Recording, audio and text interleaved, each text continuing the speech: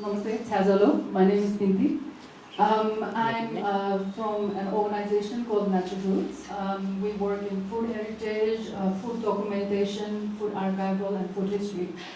So we are not really so much of the entrepreneur-based organization, but we are more, since the last 5 years, we've been working on heritage and documenting the indigenous recipes, indigenous knowledge. And I would like to, really thank the panelists for bringing up some of those perspectives, indigenous perspectives. And to Chef Santos, I would really acknowledge you and, I encourage what you are doing.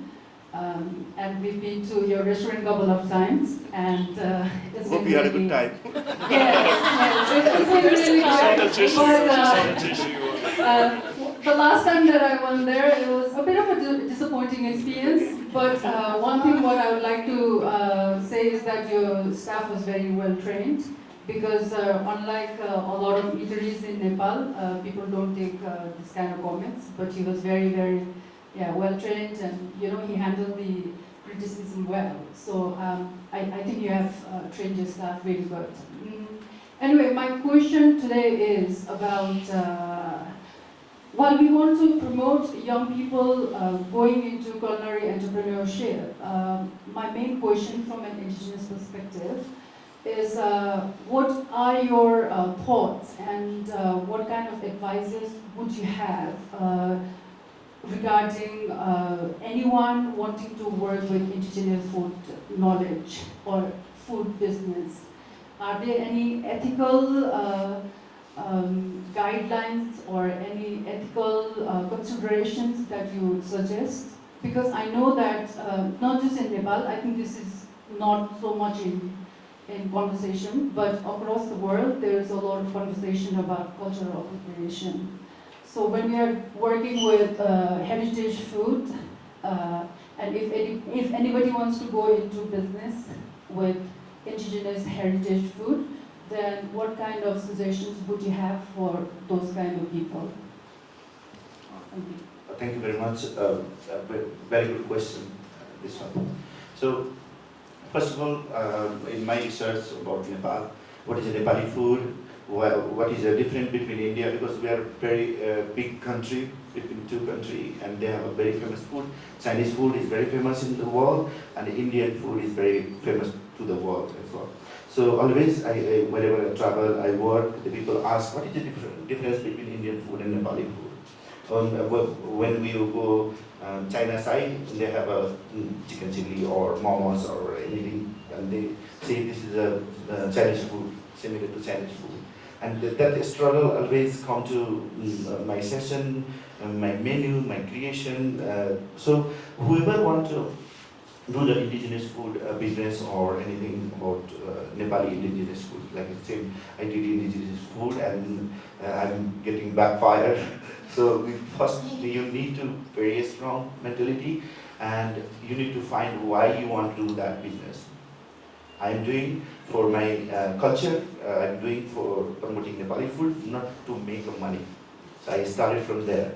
So my vision was clear. I'm not doing for money. That's why I put 200 rupees in my food. Even Himalayan Java sell black coffee 350. And I put 17 dishes with the basmati rice, good quality food. The taste is here and there. We'll find out for sure, and we'll do the good. But we are already 2 years now completing, and we have a very good feedback. Whoever you ask, you can ask them where you are. So they will say, 1 year back. So I'm working very hard on that. So whoever want to do the indigenous food, is a very good idea for Nepal. The indigenous, like a rice, samudai food, they didn't discover. So I'm coming to so many programs, So what I will do now, I will find the indigenous food maker, and I will make a restaurant. So I did a mistake in the Mitla Thali when I was open. I should be investing money to the people, local people, and making entrepreneur. I shouldn't become an entrepreneur because that was not my field. So I should be collaborating with the people, local people, and making them 50-50. I will invest the money on you. So I'm going in that model. So if you, anyone want to do your culture food business or making a restaurant entrepreneur, like a Tharu cuisine food. So if you know anyone, they want to open a restaurant, Tharu, they need to make very good food. I will make a restaurant, I will be a promoter, I will be an investor, I learned from these things from London, one business guy who invests money on a chef. They make a partner with the chef, and they don't have to think about that anything. So chef is making good food, feeding and everything. So I think that's a great idea for indigenous food. And also you need to scale up like how many people you are feeding. Lots of work going on. So like creating the path is always hard. You need to have good research on good plan. Yeah. Thank you. Hope I answered your question. Yeah.